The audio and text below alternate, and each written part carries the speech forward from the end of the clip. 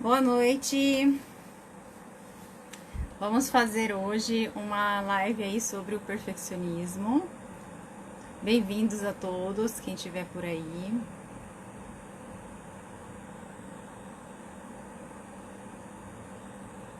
Olá, boa noite. Bom, enquanto o pessoal vai chegando, eu vou adiantando aqui o assunto hoje da nossa live e vou procurando também a Patrícia. Hoje eu convidei a Patrícia para a gente falar sobre esse tema. Nós fizemos uma disciplina juntas no doutorado e a gente vai hoje falar sobre esse tema que é um calo no pé de um monte de gente. Né? Deixa eu chamar a Patrícia. Olá, já mandei, Patrícia. Tá chegando. Boa Boa noite. noite, tudo bom? Tudo bem, graças a Deus. Então tá Bom, bom. Boa noite, pessoal, todo mundo. Obrigada por estarem aqui. e a Patrícia, ela é nós fizemos duas disciplinas juntas no doutorado, uma de life design, que é escolha de carreira, escolha profissional, e essa do perfeccionismo. A gente, a gente achou interessante trazer essa temática, né? A Patrícia também pode falar um pouquinho da experiência dela com os pacientes dela, o que levou ela a trazer a também se interessar tanto por esse tema. Mas eu queria apresentar também um pouquinho a Patrícia antes, né? Patrícia, fala um pouquinho aí da sua trajetória profissional. Bom, Saula, primeiramente, obrigada pelo convite. Eu fico muito feliz em estar aqui, compartilhando esse momento com você, né? Levando um pouquinho da nossa experiência, dos nossos conhecimentos aí para as pessoas que têm interesse nesse tema, né? Eu acho que a gente vai conseguir ajudar bastante. Então, muito obrigada pelo convite, Sala. Obrigada a vocês, pessoal. Eu sou psicóloga, sou terapeuta cognitivo-comportamental. E eu e a Sala, como ela já falou, a gente tem feito algumas disciplinas juntas. E a gente tem conversado nos bastidores sobre alguns assuntos que a gente acha que são relevantes no momento, né? Pelo que a gente recebe tanto de queixa na clínica, quanto até em relação a dúvidas que a gente recebe aqui nas redes sociais. E por isso a escolha desse tema do perfeccionismo, que não é um tema tão falado, não é um tema tão compreendido, né? Fica sempre aquele dilema, será que o perfeccionismo é bom? Será que o perfeccionismo é ruim? Né? Às vezes as pessoas se sentem na obrigação de fazer uma escolha, é bom ou é ruim? E a gente hoje, o nosso objetivo aqui é apresentar para vocês algumas teorias e resultados de pesquisas mais atuais, que hoje em dia já nos mostram que o perfeccionismo, na verdade, não é uma questão de ter ou não ter, mas do quanto se tem e em qual dimensão, né? Hoje em dia a gente já sabe, né, Sala, que ele pode ser o perfeccionismo útil e adaptativo, ou bem como um perfeccionismo inútil e prejudicial, né? Uhum. Bom, e a gente podia começar falando nisso, né, Patrícia? Vamos explicar. Você quer falar um pouquinho sobre essa parte do perfeccionismo adaptativo e não adaptativo, para as pessoas saberem um pouco dessa diferença? Sim. Eu acho muito importante a gente já começar essa conversa hoje, né?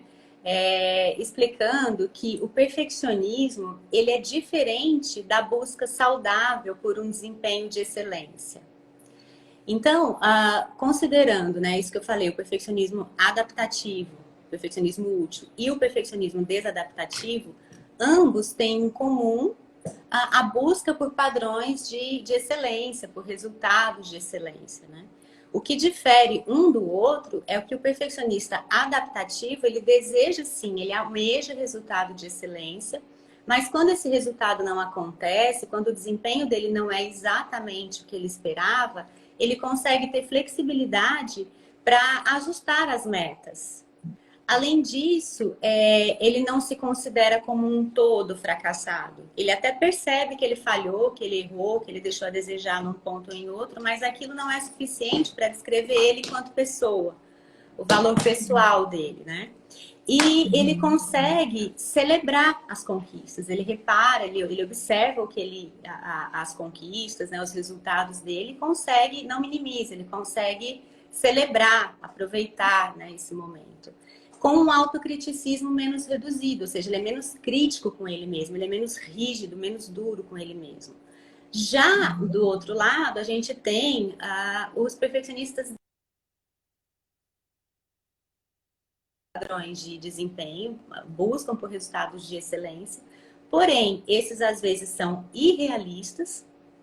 E além disso, tem 3 características que são muito importantes do perfeccionista desadaptativo. Ele tem um autocriticismo exageradíssimo, né? Então, uma falha é o suficiente para ele ruminar e ruminar e ruminar e ficar se criticando e se chicoteando até, entre aspas, né?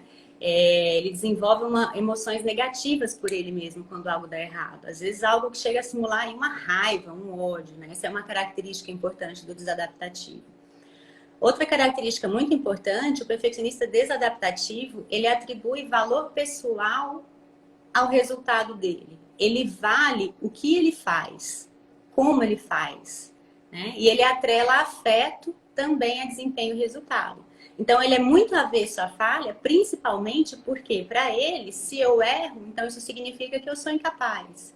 Se eu erro, então isso significa que eu não vou ter o afeto, a estima das pessoas. Então, essa é uma segunda característica muito importante. E o perfeccionismo desadaptativo, ele tem a característica de minimizar o que ele consegue de positivo quando ele consegue. Então, se ele consegue algo positivo, ele costuma minimizar, né? Assim, isso na verdade não foi tão difícil assim, qualquer um conseguiria isso. Então, dá pra gente perceber que o perfeccionista desadaptativo, ele tá num estado de frustração constante, né? Se ele erra, ele se frustra porque errou, e logo significa que ele é falho ou que não é amado. E se ele acerta, ele também se frustra porque ele acha que ele, né, o que ele fez, qualquer um fez, que não foi nenhum feito muito grande. E o medo da falha, né? O medo da falha está aí na base do perfeccionismo desadaptativo, né? Está no cerne do perfeccionismo desadaptativo. Não sei se quer complementar, Sala, com alguma coisa. Acabei falando O muito. medo de errar é uma grande. A gente, quando pega em consultório, as pessoas, você vai puxando, puxando, e no fim da linha sempre tem esse medo de errar. Essa é uma grande dificuldade, é que assim, as pessoas às vezes confundem, né? Até onde eu devo ter, até onde a minha autocrítica pode ser saudável, que é para ela me fazer olhar meu erro, e ter esse medo também, às vezes, um pouquinho, para eu não fazer besteira, para eu não sair fazendo coisas irresponsáveis. E até onde esse medo, ele já não tem mais essa finalidade, ele tem acaba tendo uma finalidade de paralisante, né? Ele acaba me freando, ele acaba me atrapalhando, né, sendo um obstáculo. Então, existe uma linha tênue aí que separa essa autocrítica saudável da autocrítica que é sabotadora. E foi Sim. bom você, aproveitando o gancho que você falou sobre essa questão do afeto, eu vou já fazer um link aí com a infância, né? Eu adoro compreender essas origens do comportamento humano lá da infância. E as pessoas normalmente fazem muito essa conexão é muito lógica. Então, geralmente o comportamento do perfeccionista, ele vem da infância, muitas vezes, da forma como ele aprendeu a ser valorizado pelo contexto familiar dele. Então, o ambiente onde a criança ela cresce, que é um ambiente de muita rigidez, de muita violência, de alguma violência física ou de muita violência psicológica, que também acaba acarretando as mesmas consequências emocionais, comportamentais, às vezes, que uma violência física. Isso faz com que a criança, quando ela tem pais que punem ela por qualquer questão, às vezes até por coisas que não são tão relevantes, ou então eles deixam de valorizar pequenos passos, pequenos ganhos dessa criança, acaba fazendo ela entender, a criança ela entende o mundo de forma distorcida muitas vezes. E aí ela acaba entendendo que ela só é importante, ela só vai receber aquele afeto dos pais à medida se ela for boa demais, se ela for excepcional, uma criança que produz muito, e isso acaba sendo atrelado aos poucos na mente da criança como eu preciso ser muito boa, preciso ser excelente para que eu tenha esse afeto. E isso acontece também porque a criança, ela não quer, ela tem medo também de passar, muitas vezes, por situações de muita humilhação pública, de muita vergonha, por causa de erro, por causa, nem sempre de erro, às vezes porque ela não é tão boa quanto as outras, às vezes é um ambiente onde os pais comparam muito a criança com outras crianças, e isso faz com que a criança queira competir e achar que ela só é merecedora de valor e dessa atenção dos pais se ela for tão boa quanto as outras. Aí isso gera também, junto com o perfeccionismo, a competitividade, às vezes até doentia, e a criança, ela acaba realmente atrelando o valor dela como criança, como pessoa, somente ao desempenho. Ou seja, se ela não faz nada, se ela não tira nota 10 na escola, se ela não é primeiro lugar, se ela não é sempre, enfim, não consegue bom desempenho em tudo que ela faz, ela é como se ela não fosse digna ela não fosse nada, se ela não tivesse essa atenção. E os pais precisam desvincular isso, né? Se eles querem corrigir um comportamento do filho, eles precisam desvincular da parte afetiva. Pode ser corrigida, a correção deve ser feita pelos pais, claro, para ensinar a criança, mas desvincule isso do afeto, mostrando que, olha, nosso afeto, a gente, enfim, nós amamos você, independente disso, mas isso aqui precisa ser melhorado, enfim, fazer essa separação para que a criança entenda claramente isso. E tem mais um ponto também que a criança às vezes se sente confusa com tantas exigências dos pais. Então, ela tenta antecipar ao máximo as situações, as coisas ruins que podem acontecer, para que ela possa, então, evitar o erro ao máximo e fazer o melhor possível para que ela consiga finalmente alcançar ali a aprovação dos pais ou também a aprovação social. Então, isso vai gerando um ciclo aí bastante, um ciclo contínuo. Isso que você falou tem a ver com, às vezes, a percepção que a criança tem do afeto condicionado, né? O meu afeto, ele é condicionado ao quão bem eu realizo as coisas. Se eu tiro nota boa na escola, ou então se eu fico quietinha quando eu vou em tal lugar, então eu tenho ali a atenção e o carinho dos pais. E quando não, ou eu sou punida, ou realmente eu me sinto ignorada. Eu acho importante a gente pontuar aqui, Salo, quando a gente fala em causa de perfeccionismo, ainda é um terreno aí que as pesquisas estão chegando com tudo, né? E assim, o fato é que hoje em dia o que a gente vê muito são dois aspectos, né? Os componentes genéticos hereditários do perfeccionismo e a interação e o ambiente. E a interação entre a predisposição, né, os genes lá relacionados ao perfeccionismo, com o ambiente, ele pode favorecer aí o surgimento desse perfeccionismo desadaptativo. Eu acho importante a gente falar isso, porque sim, tem essa questão da aprendizagem, né? Já também a gente já sabe, já tem evidência de que pais muito críticos com os filhos, ou que pais perfeccionistas, eles mesmos, perfeccionistas da personalidade deles, isso é fator de risco para o desenvolvimento do perfeccionismo nos filhos. Mas nem todo perfeccionista desadaptativo que a gente vê por aí necessariamente teve esse estilo de parentalidade, de relação com os pais, de modelo dos pais, né? E o contrário a gente também vê. Crianças que não tiveram pais, às vezes a gente vê até muitas vezes os pais falando, nossa, eu não sei o que eu falo mais, o que eu faço com meu filho, né? Eu falo porque não precisa insistir tanto em acertar, que tá bom, e ele continua, né? Então, a gente está falando aqui de correlação, né? Existe uma correlação entre esses aspectos dos pais, da criação, com o desenvolvimento do perfeccionismo, mas não é causa e efeito.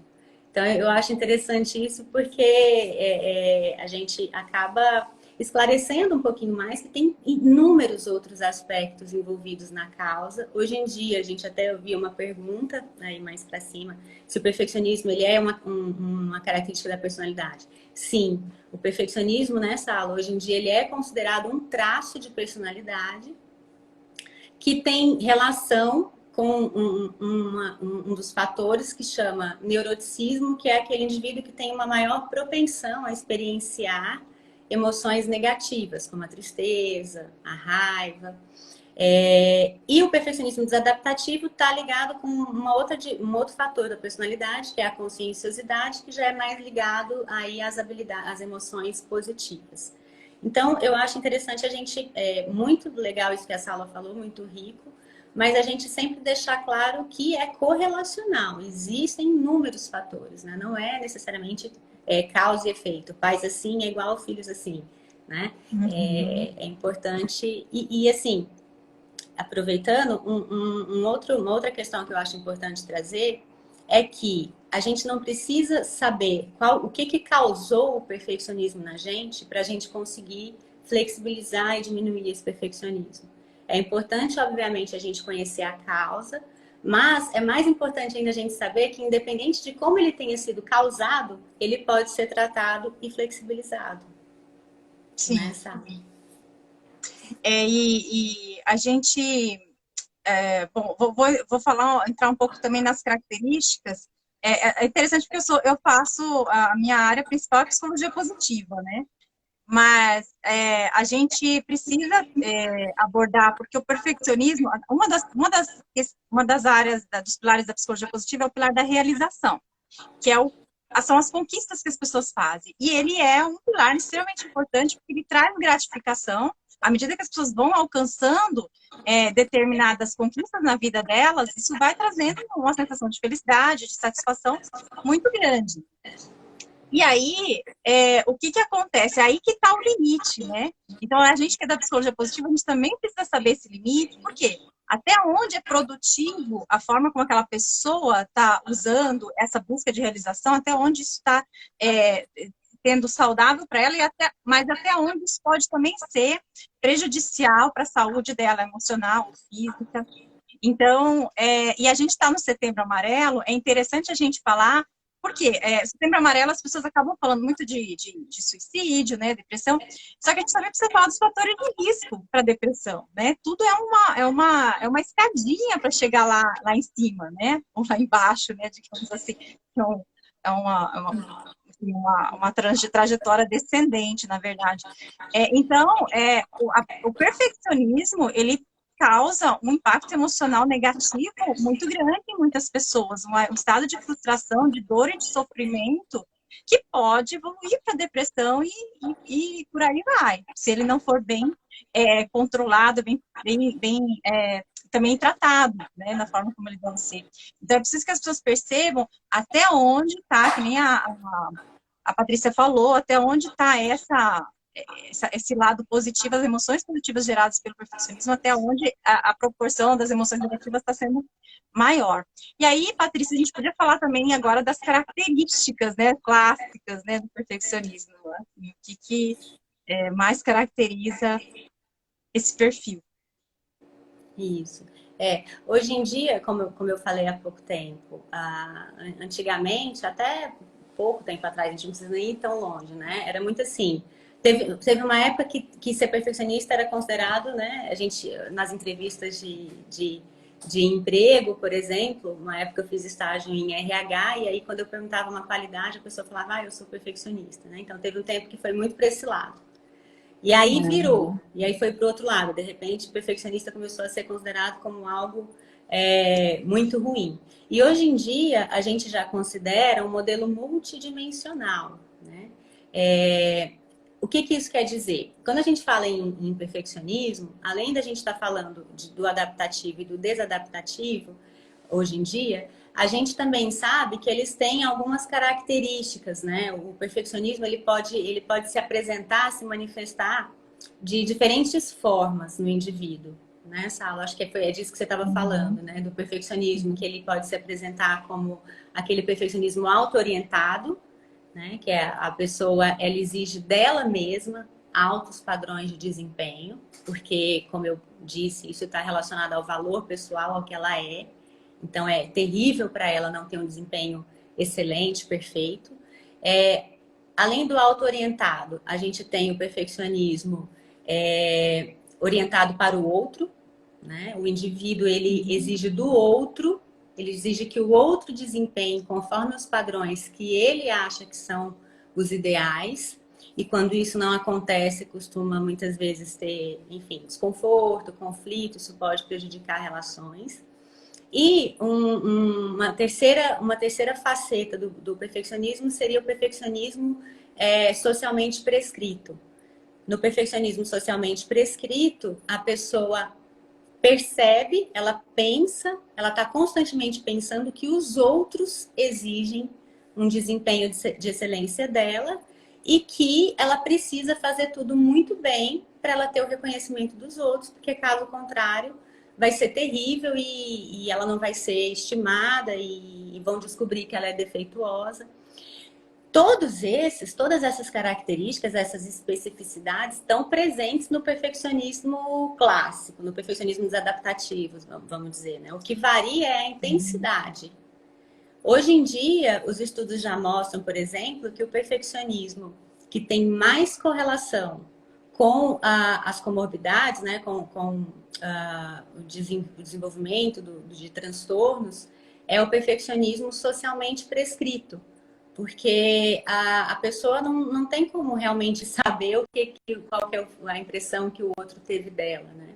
O auto-orientado, geralmente, o perfeccionista adaptativo, geralmente ele tem uma quantidade maior do perfeccionismo auto-orientado do que dos outros. O perfeccionismo auto-orientado, ou seja, eu exijo de mim mesmo um padrão de desempenho de excelência, essa dimensão, essa faceta do perfeccionismo costuma ter uma menor correlação com as comorbidades, né?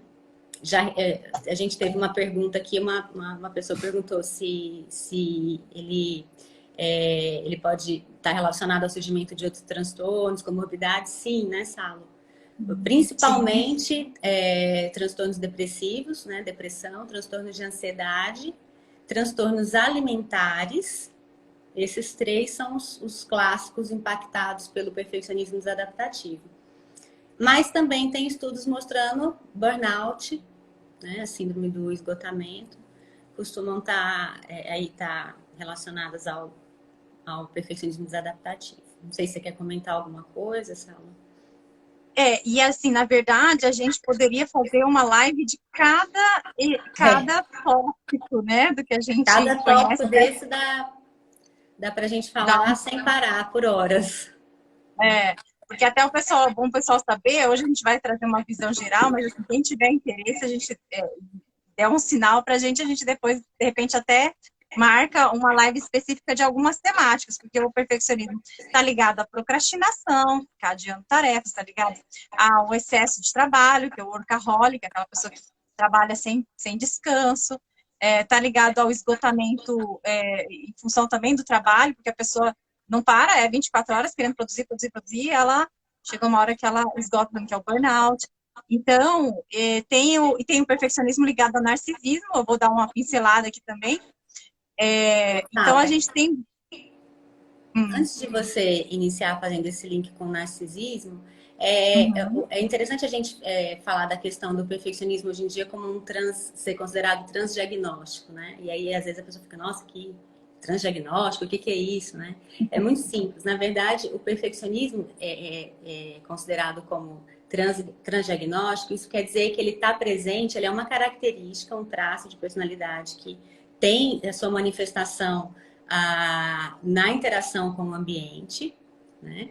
E essa característica, o perfeccionismo, ele está presente em diversos transtornos, como a gente já falou agora, tanto como causa, o perfeccionismo causando outros transtornos, como esses que a gente já falou, quanto como fator de manutenção, ou seja, o perfeccionismo não necessariamente levou a esse transtorno, mas a presença do perfeccionismo mantém o transtorno. E muitos estudos têm mostrado que quando a gente consegue intervir no perfeccionismo, tratar o perfeccionismo, flexibilizar o perfeccionismo, consequentemente, a gente tem uma melhora significativa nas comorbidades, né, nos transtornos que estão relacionados. Interessante, eu achei interessante falar isso, né? O porquê que ele está presente, se ele causa, se ele não causa, se ele mantém. Então, Sim. mas aí você ia falando do narcisismo, é bem interessante também. Então, e assim, aquela parte, quando você fala também de um dos tipos de perfeccionismo, que é o perfeccionismo socialmente orientado, é extremamente importante as pessoas perceberem, porque às vezes as pessoas falam, mas eu não sou muito exigente comigo mesma, mas às vezes você é exigente para os outros, você quer transparecer uma pessoa cuidadosa, amorosa, uma pessoa que está sempre, enfim, a questão da autoimagem corporal também. Às vezes tem muitas mulheres, homens também, que possuem a questão do perfeccionismo ligado ao corpo, à estética. E algumas é para elas e outras é para os outros, para que elas possam estar fisicamente adequadas, né, ao perfil aí de beleza que a sociedade coloca. E quando eu falei a questão do narcisismo, o que eu queria colocar é que, assim, existe também dentro uma subdivisão aí no perfeccionismo, que é o perfeccionista que é narcisista. Então, a gente tem o perfeccionismo mais voltado para grandiosidade da pessoa, ou seja, ela faz porque ela quer ser, ela quer mostrar que ela é realmente excelente, né? Às vezes, esse tipo de pessoa não é muito simpática, é uma pessoa meio arrogante, meio antipática, ela não faz questão que os outros, enfim, ela não está ligando muito para a parte social, mas ela quer, na verdade, se autoafirmar e ela busca status, busca poder, busca beleza. Então, ela quer mostrar uma imagem de uma pessoa realmente infalível, uma pessoa que tem essa força, né? Enquanto que tem outro tipo também de subdivisão aí do narcisismo, que é com relação ao perfeccionismo, que é aquele narcisista vulnerável, ou seja, aquele perfeccionista que ele busca a perfeição para a aprovação dos outros. É um pouco parecido com o que a Patrícia falou do socialmente, do perfeccionismo socialmente orientado, que é aquela pessoa que é super insegura, que ela precisa de validação, precisa confirmar com os outros se ela estava bem, se ela teve um bom desempenho, se ela se ela fez um trabalho bem feito, ou se ela foi adequada, enfim, ela fica aquela pessoa que pergunta, né, quando você, enfim, ela chega após um trabalho, após finalizar uma tarefa, ela chega para um monte de gente, fala, mas vem cá, você acha que estava bom mesmo? Você não achou que não teve nenhuma falha, sabe? A pessoa fica tentando confirmar e Buscar reassuramento. Isso é um grande problema, por quê? Porque se ela estiver num meio social onde ela, de repente, pode ter pessoas que não dão uma opinião muito correta também. Às vezes as pessoas podem até boicotar, porque ela vai se importar tanto com a opinião dos outros, que até, de repente, se a opinião estiver errada, ela vai levar aquilo a sério. Então, ela não consegue, ela própria, ter uma autoavaliação dela mesma. Ela só se considera bem avaliada quando isso vem das outras pessoas. Então, ela precisa ter o tempo todo esse feedback externo e ela sente muita vergonha quando isso não é no nível que ela buscava e acaba tendo muitos pensamentos ruminantes. Quando ela falha, quando ela erra, aquilo fica dias, horas, dias, até semanas, lembrando, envergonhada, e é engraçado, e aí volta de novo para a infância, né? É o mesmo sentimento de uma criança que se sente envergonhada por ter errado. Ela não vê o erro como uma oportunidade de aprender, ela vê como uma vergonha, então ela não sabe lidar com o erro. Às vezes, assim, a pessoa que erra, ela pode até levar o erro de forma até bem humorada, se ela for criativa, né? Despojada, enfim. Mas a pessoa que é perfeccionista, ela tem essa rigidez, então nem isso, ela não consegue nem brincar com a própria... A gente brinca muitas vezes com a nossa própria tragédia, né? Com as nossas próprias falhas, e vira uma coisa muito mais leve. Mas, no caso do perfeccionista, isso é muito sério para ele. Então, é bem complicado, né? Sim. É interessante isso que você falou, né? Tem essa rigidez. Às vezes, a depender do traço narcisista que a pessoa tem, ela não se permite nem brincar com a falha, porque, nossa, nem de brincadeira eu penso nisso. Vai que as pessoas, Sim. né, desconfiam que é verdade, né? Sal, a É. gente teve uma pergunta sobre relação entre perfeccionismo adaptativo e toque. Sim, tem muita relação. Até peço desculpa, quando a gente vai fazer a revisão, até o DSM-4, né? Até o DSM-4, o toque estava dentro dos transtornos, estava nos transtornos de ansiedade, classificado como transtorno de ansiedade. Então, muitos estudos citam um dos transtornos mais relacionados ao perfeccionismo desadaptativo, o transtorno de ansiedade. Acabavam, obviamente, inserindo o toque aí nos transtornos de ansiedade, porque era assim que ele era classificado antes. Então, acabei, não falei rápido, não atentei, mas sim. Então, tem muita comorbidade com transtornos de ansiedade, transtornos de humor, né, depressão, toque, transtornos alimentares e agora pesquisas falando do burnout. O perfeccionismo, ele está muito, muito, muito relacionado com mais do que até com o toque, que é o transtorno obsessivo compulsivo, com o transtorno de personalidade obsessivo compulsivo. Ele está muito, muito relacionado a esse transtorno de personalidade, né? Pessoas que têm esse transtorno dificilmente não têm um perfeccionismo desadaptativo. Uhum. Eu, Sala, pode falar. Desculpa. Não, você estava com uma ideia aí? Não, eu acho que seria interessante a gente falar um pouquinho, talvez você possa falar até da diferença entre aquele perfeccionista que tem mais esforço perfeccionista daquele que tem mais a preocupação perfeccionista. Ah, sim. O que eu ia falar, na verdade, eu ia falar até um outro ponto do parte dos impactos. Você quer falar um pouco sobre essa parte? Porque, assim, Sim. pode falar que aí eu entro na parte dos impactos, que eu acho que é bem bacana também. Sim.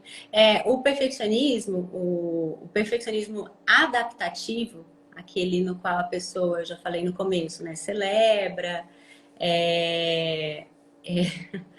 meu pai brincando, Sala, viu? Vitor é meu filho. O perfeccionismo adaptativo, que é aquele perfeccionismo útil, ele tem muito de esforço perfeccionista, aquela pessoa que se esforça, que se empenha para alcançar um resultado que ela deseja, né? Já o lado disfuncional, prejudicial, tem o esforço também, mas em menor escala, e predomina a preocupação perfeccionista. Então, a pessoa, ela fica, muitas vezes, a preocupação, né, os pensamentos catastróficos, os pensamentos relacionados ao futuro trágico, as consequências trágicas que podem ocorrer com a falha, essa preocupação acaba predominando, né? E como a pessoa enxerga o futuro como muito ameaçador, como tendo aí uma grande possibilidade de nele estar presente a falha, essa pessoa que tem muita preocupação perfeccionista, muitas vezes ela não sai daqui do mental, da preocupação e acaba nem se esforçando tanto, né? Ela geralmente é uma pessoa mais ansiosa, se a gente for pensar aí, né, na equação da ansiedade, como sendo o risco percebido, ameaça percebida sobre a capacidade de enfrentamento percebida, essa pessoa ela vê a ameaça como sendo algo tão possível, tão provável, perdão, de acontecer, né? Aquilo é um risco tão grande que ela acaba se vendo ali sem recursos, sem capacidade de desenvolver recursos para desempenhar bem naquela atividade, muitas vezes ela nem faz.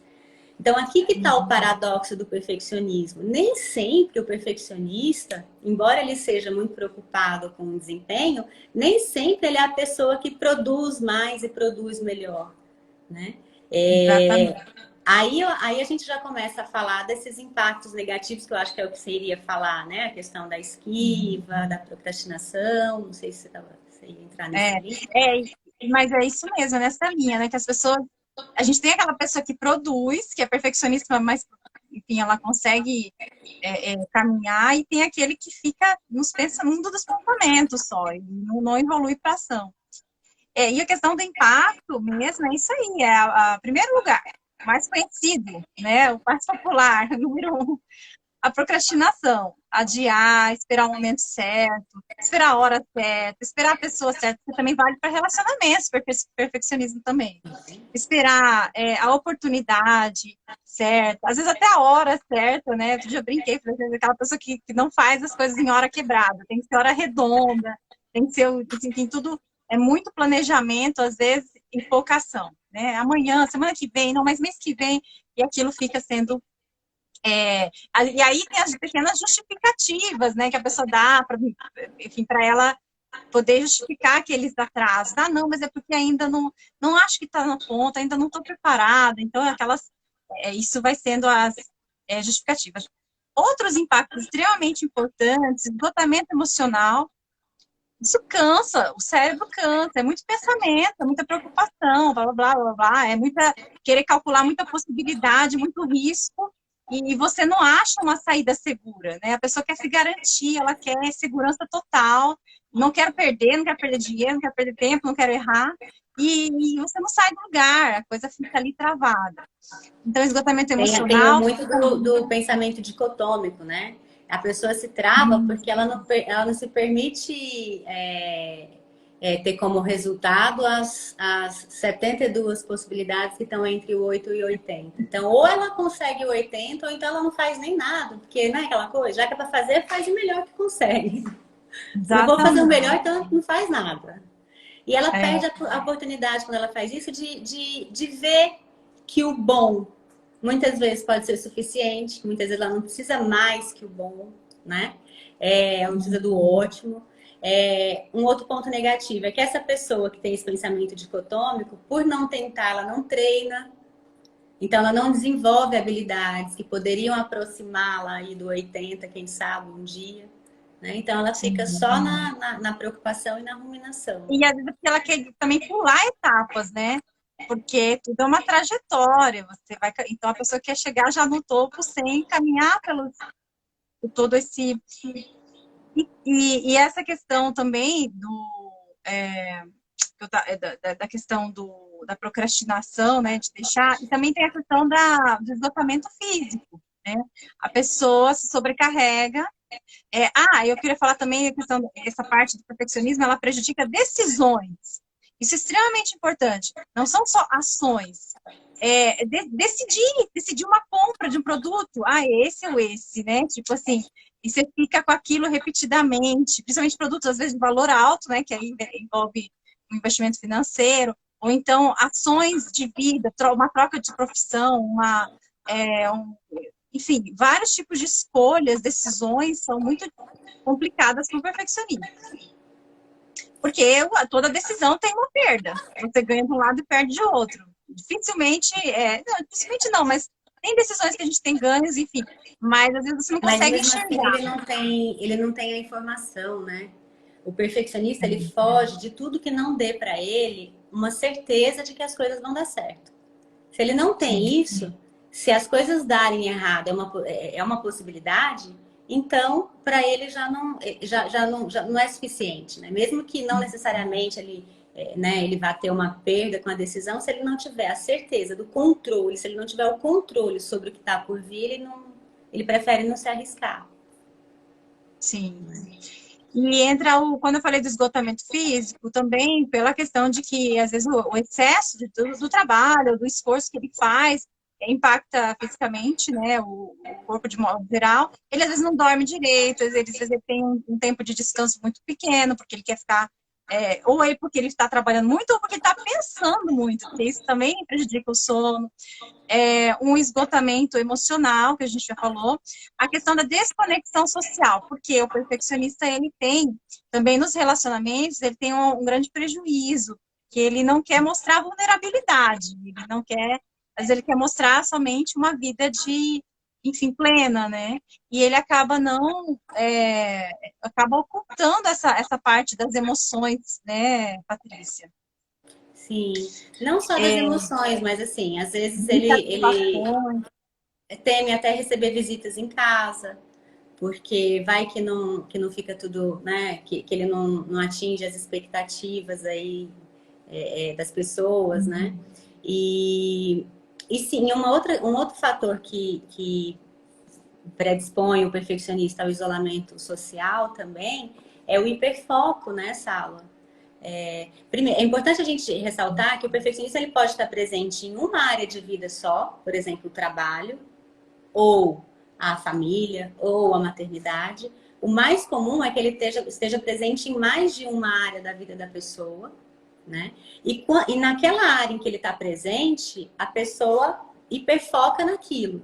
Então, muitas vezes a pessoa que tem um perfeccionismo de desempenho no trabalho, por exemplo, essa pessoa vai ser difícil ela achar um tempinho assim na agenda dela para encontrar com amigos, né? Interagir com grupos sociais.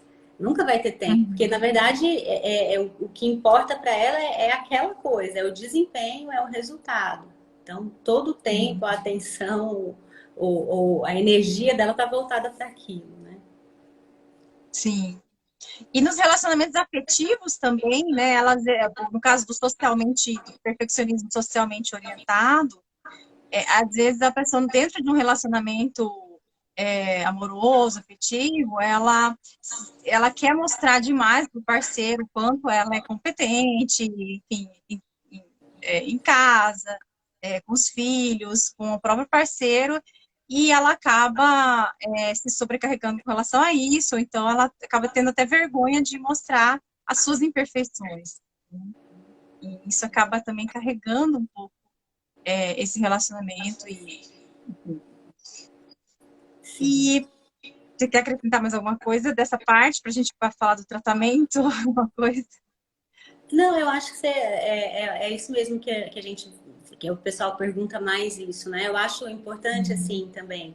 Eu recebi uma pergunta: quando saber se tá, às vezes eu acho que é demais. Como saber se tá demais, né?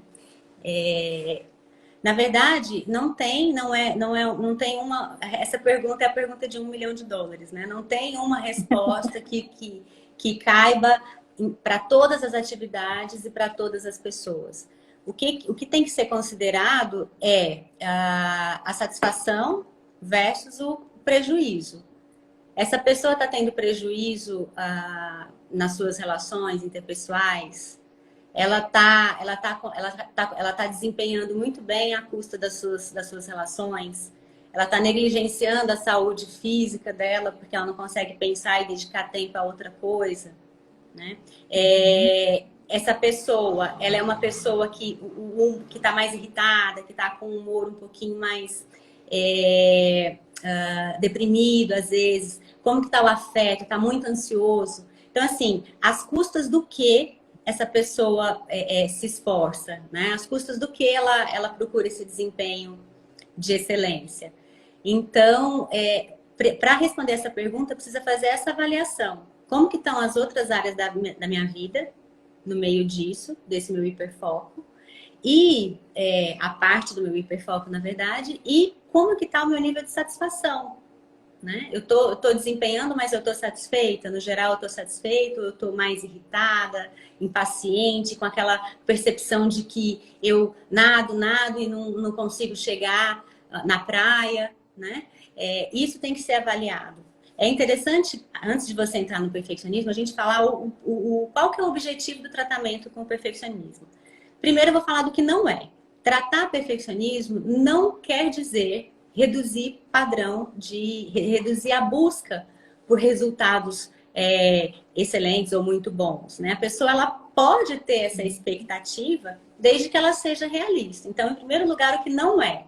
Tratar perfeccionismo não é transformar a pessoa numa pessoa que faz as coisas ali de qualquer jeito. Esse não é o objetivo, né? Muito pelo contrário. O que também não é objetivo do tratamento do perfeccionismo desadaptativo. Eliminar todo e qualquer autocriticismo que a pessoa possa ter. Faz bem, né, gente? Uma dose de autocriticismo faz bem. A pessoa olhar e falar, nossa, isso aqui não tá legal. Realmente, eu tô vendo aqui, eu tenho evidência que tá mal feito. Isso aqui de uma outra vez eu posso fazer melhor, né? Então, o tratamento, na verdade, ele visa três coisas principais. Uma, a pessoa começar a se criticar numa intensidade menor, numa quantidade menor. A outra coisa, a pessoa conseguir se perceber como sendo algo mais do que o resultado do que ela faz, né? Então, a pessoa que tem um perfeccionismo direcionado para o desempenho no trabalho, por exemplo, essa pessoa, ela é só isso? Só o resultado do trabalho dela? Né? Para qualquer um que eu pergunte aqui, essa pessoa falar, não, não é. Ela tem outras coisas, né? Contribuindo aí para o funcionamento dela, para a personalidade, para quem ela é. Ela é um bom amigo, muitas vezes. Ela é um pai afetuoso, uma mãe afetuosa.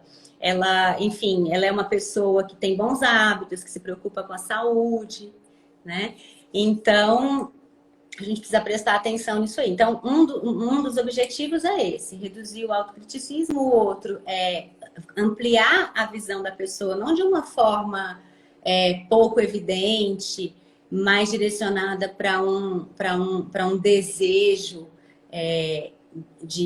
não, se trata bem. Não é isso. Na verdade, a pessoa olhar e verificar que, na realidade, né, existem inúmeros outros fatores que demonstram que essa pessoa é uma pessoa boa, que ela é uma pessoa que merece ser estimada e que é capaz, né?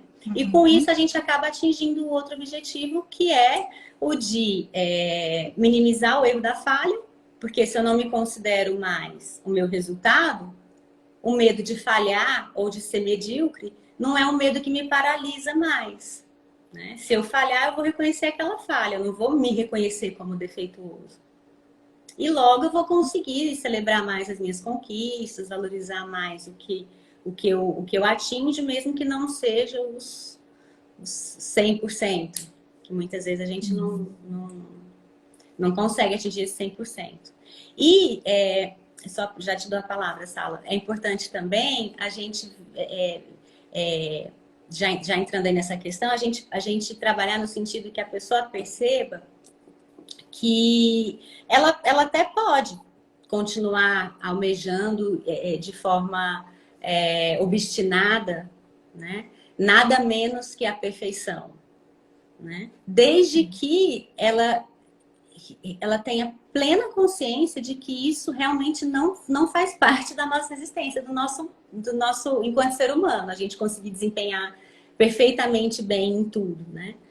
Por exemplo, se eu sou um profissional super ocupado e quero ser o melhor profissional, e se eu sou um corredor, né, de maratona e eu quero estar sempre em primeiro lugar, percebe tanto que é irrealista eu querer sempre estar no primeiro lugar nas corridas e ser o cirurgião, sei lá, o profissional qualquer de mais referência na minha cidade e o que trabalha mais e o que atende mais gente, entende? Não é possível, não bate, não fecha a conta. Então, a gente, obviamente, trazendo exemplos de vida do paciente, direcionando para aquela queixa que é mais proeminente na vida dele, a gente busca de um modo bem geral, né, gente? Ter esses objetivos, que são os principais, mas cada um desse objetivo dá trabalho e estratégia suficiente para a gente, de fato, conseguir flexibilizar isso aí. Os tratamentos, eles têm sido descritos como, assim, realmente tendo muito sucesso aí na flexibilidade no manejo do perfeccionismo. Tem várias perguntas aqui, depois para dar uma olhada aqui, Patrícia. Enquanto isso, eu só vou complementar também essa questão que a Patrícia estava falando, a questão da flexibilidade, a questão do... porque assim, a gente estava até discutindo outro dia, né, Patrícia? Eu falei, poxa, olha só o que a gente tem ao nosso redor, tipo um celular, um laptop, a tecnologia, que tem dentro delas partículas, enfim, pecinhas minúsculas. Quem criou isso, com certeza tinha ali um negocinho perfeccionista dentro. Mas a questão não é se desvincular disso. No sentido da busca do desempenho, do resultado de excelência, né? Você tá...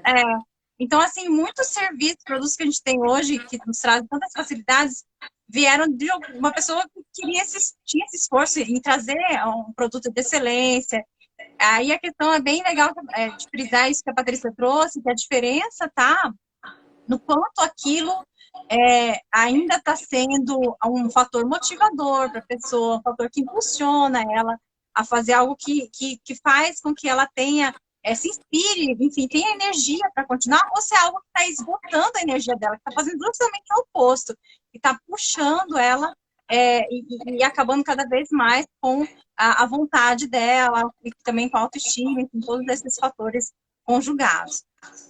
Vamos falar um pouquinho Falando em desse pergunta. autoestima, Sala, eu lembrei de uma pergunta que eu abri a caixinha nos stories, a pessoa perguntando se o perfeccionismo tem a ver com baixa autoestima. Muito, tudo a ver, né? A autoestima, se a gente for pensar nos pilares da autoestima, que são 4, né? Os pilares da autoestima são autoconceito, autoeficácia, autoimagem e autorreforço. A gente pensando nesses pilares, já de cara a gente tem o autoconceito como muito relacionado ao perfeccionismo. Lembre, o perfeccionista desadaptativo, ele se vê como defeituoso, como incapaz, né, de desempenhar bem ou de ser estimado, ou até mesmo como alguém ruim.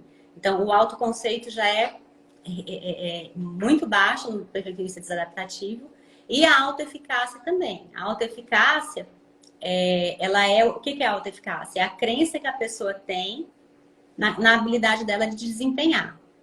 É o quanto que ela acredita que ela é capaz de fazer alguma coisa. Obviamente, a autoeficácia do perfeccionista desadaptativo também é muito baixa. Logo, essa pessoa tem, assim, muita chance de ter uma autoestima muito baixa.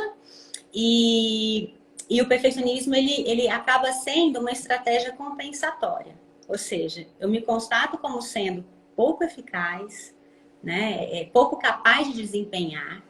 Eu me percebo como sendo muito, às vezes, ruim, pouco interessante. Então, o que eu posso fazer para dar conta de viver no meio desse monte de percepção que me coloca aí quase que no fundo do poço? Então, ele tenta, né, compensar esse sofrimento, nesse sentido que é uma estratégia compensatória, é algo do qual ele se utiliza para tentar ter um pouco mais de controle sobre o ambiente e começar a ter feedbacks e começar a se perceber de uma forma menos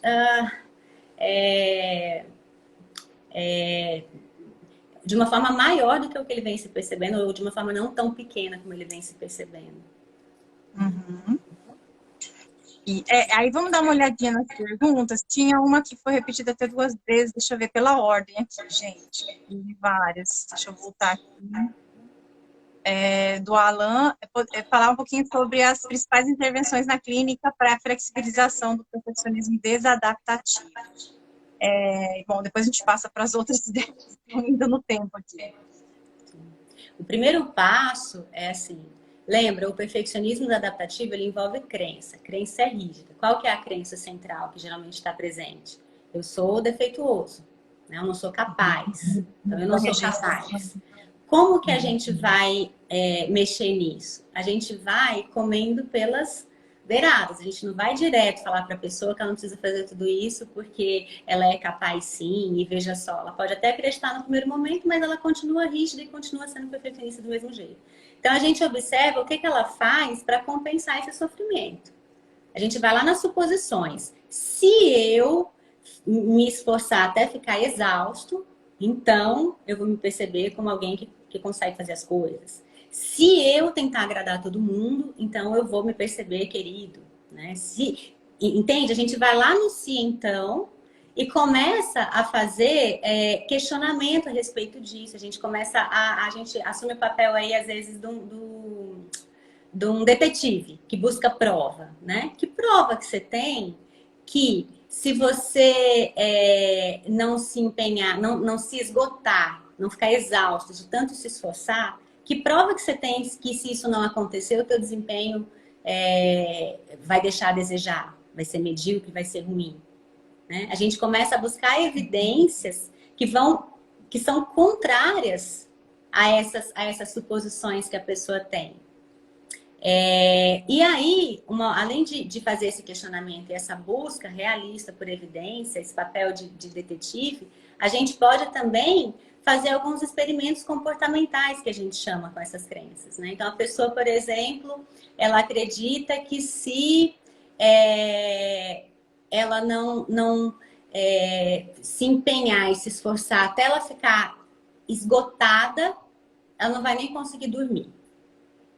É nisso que ela acredita. Só que a gente pode acreditar em qualquer coisa, porque acreditar é pensamento, e pensamento pode ser qualquer coisa, pensamento não é fato. Então, você tem esse pensamento, então vamos ver se isso é verdade?